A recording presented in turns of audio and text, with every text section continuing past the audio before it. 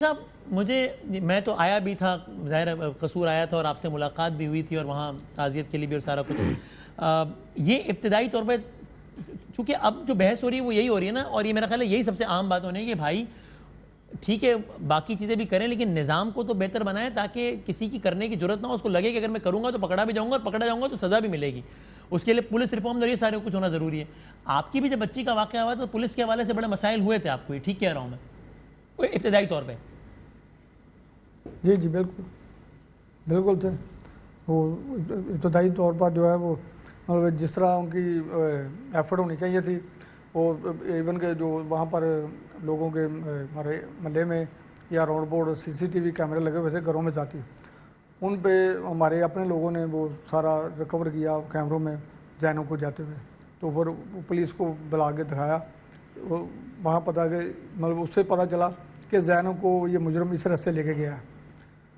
ये पहले दिन जुमेरात की रात जैन बेटी लापता हुई है और जुमे के दिन सैंक के टाइम में ये मतलब हमारे लड़कों ने चीज़ें ना निकाल ली थी, लेकिन उसके बावजूद ना जैनों को ये बर वक्त मुजरम को पकड़ने में और उसको बाजियाब कराने में नाकाम रही पुलिस हमारी।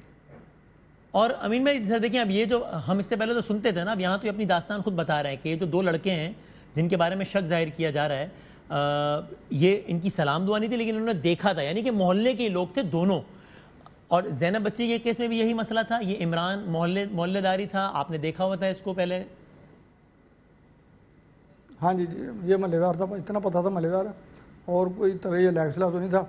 जब पता चला ना इसका नाम सामने आया तो मुझे पूछा कि हम तो उसके वालिद का नाम बताया, तो उससे मुझे पता चला बिल्कुल मलेदार है। तो इतना पता, इतना जानते हैं मलेदार है और इससे ज़्यादा नहीं था। यानी इसका मतलब ये एक लेसन है ना सबके लिए कि ये मतलब ये आसपास के लोग होते हैं दरिंदे, ये अक्सर केसेस में आसपास के ये लोग होते हैं सारे। और ये जी वसीम भाई, जी जी जी जी ये मैं बताता हूँ, ये असल में ये दौर ही इस तरह का हो गया जो हमारी माशरती लाइफ है ना वो बिल्कुल अक्सर तब्दील हो गई है। पहले सोशल लाइफ में महल्लेदारी निज़ाम होता था, जी जी लोगों को एक दूसरे का पता होता था, ये मतलब इसका कैसा करैक्टर है, इसकी क्या सरगर्मियाँ हैं, और इस तरह का वाक़या होता था तो फौरी उसकी तरफ उंगली उठती थी, उसको चेक करें वो होगा।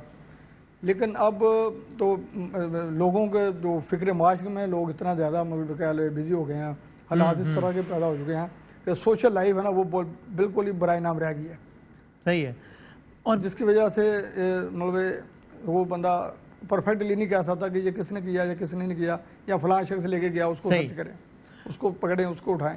उमर साहब, जावेद भाई आप बताएं कि क्योंकि लोग तो ये बातें हम लोग तो बहुत कर रहे हैं ना कि जनाब ये होना चाहिए, कातिलों के साथ ये होना चाहिए, आप लोग तो खुद मुतासर हो, मेरी बहुत दिल से दुआ अल्लाह ताला आप लोगों को सब्र जमीन अता फरमाए इंशाअल्लाह। और आपकी बड़ी हिम्मत है, आप अभी भी एहतजाजी मुजाहरों में जा रहे हैं और मुझे यकीन है कि आप लोग की ये ख्वाहिश है कि किसी और मरवा के साथ ये ना हो। तो मैं आप लोग बताएं कि आप लोग क्या अंजाम चाहते हैं जो भी कातिल हैं उनका, क्योंकि अभी बड़ी पाकिस्तान में बहस हो रही है कि चौक पे लटकाना चाहिए या नहीं होना चाहिए, ये होना चाहिए, आप लोग क्या कहते हैं? हम तो यही कहते हैं कि मुजरिम को जो है ना सरेआम लटकाया जाए और फांसी दी जाए, उसकी लाश जो है ना पूरे 1 महीने तक उसी चौक पे लटका रहे ताकि और लोग इबरत हासिल करें। जब तक सरेआम फांसी नहीं होगी फिर जो है ना जुर्म बढ़ते रहेंगे। सरेआम फांसी होगा, लोगों को इबरत हासिल होगा। तो आप यानी वज़ीर आप यानी ठीक है, आप भी हुकूमत की इस ये जो राय है जो कानून साजी हो रही है इससे आप भी इत्तेफाक करते हैं। और ये इन दो लोगों को आपने यानी ये कितने अरसे से आपके मोहल्लेदार थे तकरीबन जिन पे भी शक का इजहार किया जा रहा है? इनका तो बहुत अरसा हो गया था यहाँ पे, काफ़ी सालों से। ये फैज़ मोहम्मद जो है ना 24 घंटे शराब के नशे में रहते थे। अच्छा, जब बंदा शराब पिए तो सारी बुराई का जड़ तो शराब है। आप लोग को खुद किसी पर कोई शक नहीं है? नहीं कि आपको नहीं अंदाज़ा कि ये कौन है? जी। और इस तरह के वाक़यात, चूँकि मिसरा में कसूर में जब गया था तो वहाँ तो मैं अभी पूछूंगा अमीन भाई से, लेकिन उस मोहल्ले में क्या इस तरह के वाक़यात होते रहे हैं पहले? नहीं, इस तरह बच्चे के साथ तो नहीं हुए, इस तरह के पहले वाक़या जो इस मोहल्ले में हुए। अच्छा, ओके। अमीन साहब, मैं जब कसूर आया था तो मैं तो हिल के रह गया था। एक तो ज़ैनब बच्ची का ही पता चला कि 8वां उस दरिंदे ने, उस बदबख्त ने, मैं क्या अल्फाज बोलूँ, वो 8वां मामला था जो उसने किया और DNA से कन्फर्म भी हुआ। लेकिन हर दूसरी गली में एक दास्तान थी, हर दूसरी गली में। मैं एक एक के घर गया तो मुझे ये बताएं कि अभी आप तो कसूर के रहने वाले हैं, ये जो कुछ हुआ है ज़ैनब के कातिल के साथ, उसके बाद इस वाक़े की वजह से कसूर की हद तक कुछ बेहतरी आई है? हाँ जी, कसूर सिटी में तो काफ़ी बेहतरी है, लेकिन बैरून कसूर के जो राउंड अबाउट देहाती इलाके हैं उधर अभी भी इस तरह के मामला हैं कुछ थोड़ा पता, लेकिन फिर भी पहले से काफ़ी बेहतर है। अभी मैं आपको कसूर से हटके कल की बात बताऊं। कल मुझे रिपोर्ट आई जनूबी पंजाब के मुल्तान, रहीमयार खां, लियाकताबाद, शुजाबाद, वहाँ पर कल 24 घंटे में 11 केस रिपोर्ट हुए बच्चों के साथ ज्यादती के, जिसमें एक बच्ची को ज्यादती के बाद गले में फंदा डालकर फांसी देकर मार दिया गया। आप कह रहे हैं 24 घंटों में 11 केसेस और हुए? 24 घंटों में सिर्फ जनूबी पंजाब के 4 ज़िला में, रहीमयार खां, मुल्तान, शुजाबाद, मेलसी और लियाकताबाद, तो ये सिर्फ जनूबी पंजाब के 24 घंटों में 11 वाक़यात वो हैं जो रिपोर्ट हुए हैं। तो इससे अगर हाँ जो रिपोर्ट हुए हैं, और बाकी पूरा पाकिस्तान को आप एनालिसिस कर लें कि ये कितनी खौफनाक सूरत हाल जो ना ये बन चुकी है बच्चों के साथ, कम उम्र बच्चों के साथ जिनसी सियाती तशद्दुद। लेकिन अफसोस कि जैसे ज़ैनब के वाक़े पर पूरी कौम साथ खड़ी थी, हर अदारा साथ खड़ा था, मतलब पूरी दुनिया पर उसका गमो गुस्सा इर्तियाज और लोगों में वो एक तकलीफ़ थी ज़ैनब की। तो उस वक़्त मैं समझता था कि होना चाहिए था ऐसा कि फौरी तौर पर पूरी पार्लियामेंट सर जोड़कर बैठी और ऐसी मतलब जो हमने मुतालबा किया था इस मुजरम को इबरत बनाया जाए, यानी सरेआम फांसी देने का मुतालबा। हाँ जी, इसको जी बिल्कुल। जबकि सेनेट में इजलास भी हुआ, स्टैंडिंग कमेटी में रहमान मलिक साहब ने 100 मोटो लिया था कि इसको वहाँ पर कानून साजी हुई। मैं खुद उन्होंने मुझे वहाँ बुलाया और कानून साजी हुई जहाँ जिस पर मेरे साइन भी हैं, लेकिन वो जब स्टैंडिंग कमेटी में पास करके सेनेट में भेज दिया, सेनेट वालों ने इसको पास नहीं किया, वो वहाँ पर बहस की नज़र हो गया। उसके बाद उन्होंने इस्लामी नज़रियाती कौंसिल को भेज दिया, उन्होंने भी सरेआम सज़ा की नफ़ी कर दी, वजारत कानून को भेजा। फिर आपको लगता है अगर इमरान यानी उनके कातिल का, बच्ची के कातिल का अगर अंजाम ये ना होता बल्कि यही काम सरेआम होता तो फिर केसेस में कमी आती, एक इबरत की मिसाल बनती? जी बिल्कुल जी, यकीनन उसकी ज़ाहिर है ये जब किसी को इबरत बनाने का मकसद यही होता, और हमारा मकसद भी यही था कि हमारी बेटी तो चलो इस दुनिया से चल गई, लेकिन बाकी बच्चों को हम बचा लें। सही बात, सही। लेकिन तो मैं अगर आखिर में आप दोनों से पहले अगर आप बताएं, ये आपका उमर भाई, ये प्रोग्राम देख रहे हैं लाखों लोग, आप लोगों से और हुकूमत से अगर कुछ कहना चाहें तो क्या कहेंगे? क्या मुतालबा है, क्या चाहते हैं?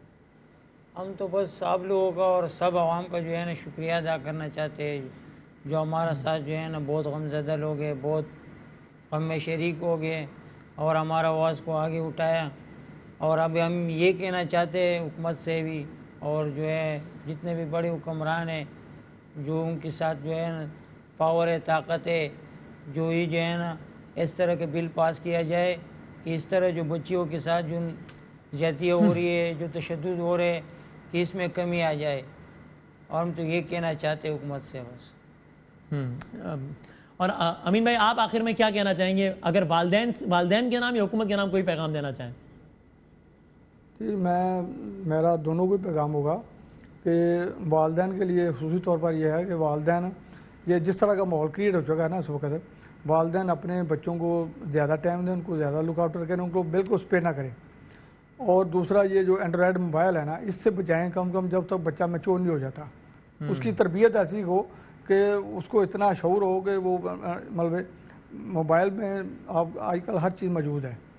और दूसरा मैं कहूँगा कि बच्चे वालिदैन के साथ दोस्ताना माहौल रखें, उनके साथ सख्ती ना करें कि बच्चे बागी हो गए, कई बच्चे घर से खुद भी भाग जाते हैं और बाद का वो बाहर गलत लोगों के हाथ चढ़ जाते हैं, उसका नतीजा को इससे मुख्तलिफ। मैं कसूर में मिला हूँ ऐसे बच्चों से जो नाराज होकर घर से चले गए, फिर दूसरे लोगों के हत्थे चढ़ गए, फिर उनके साथ ये काम होता रहा। तो और आप इस राय की हिमायत करते हैं वज़ीर आज़म पाकिस्तान की जो जिनसी सलाहियत ऐसे लोगों की ख़त्म कर देने के हवाले से? नहीं, मैं उस पर मुतफिक हूँ। उसकी वजह यह है कि देखें, ये अल्लाह ताला ने हमारे जिस्म का ये कुदरती निज़ाम बनाया हुआ है। अगर उसमें हमको रद्द बदल करेंगे, उसका जो है ना जो साइड इफ़ेक्ट आएंगे ना, और वो साइकी होगा उसके जो ना उसका वो नेगेटिव जाएगा वो, और वो उसके बरस किसी को नुकसान पहुँचाएगा, को और ऐसे अवामल से वो गुजरेगा जो उसके ज़ात के लिए या किसी दूसरे के लिए नुकसानदेह साबित हो सकते हैं। ठीक है, ठीक। और साथ साथ मेरा वही है कि इनको इब्रत बनाया जाए सरेआम सज़ाए मौत। बहुत दूसरा शुक्रिया। पार्लियामेंट से मेरा ये मुतालबा है, सही है। पार्लियामेंट से कि ये पार्लियामेंट खुदारा इज्तिमाई तौर पर सारी पार्लियामेंट जिम्मेदारी का मुजाहरा करते हुए साथ जोड़ कर बैठे और बेकार दिन में मैं कहता हूँ इस पर ऐसी कानून साजी करें इन लोगों को इब्रत बनाने के लिए कि ताकि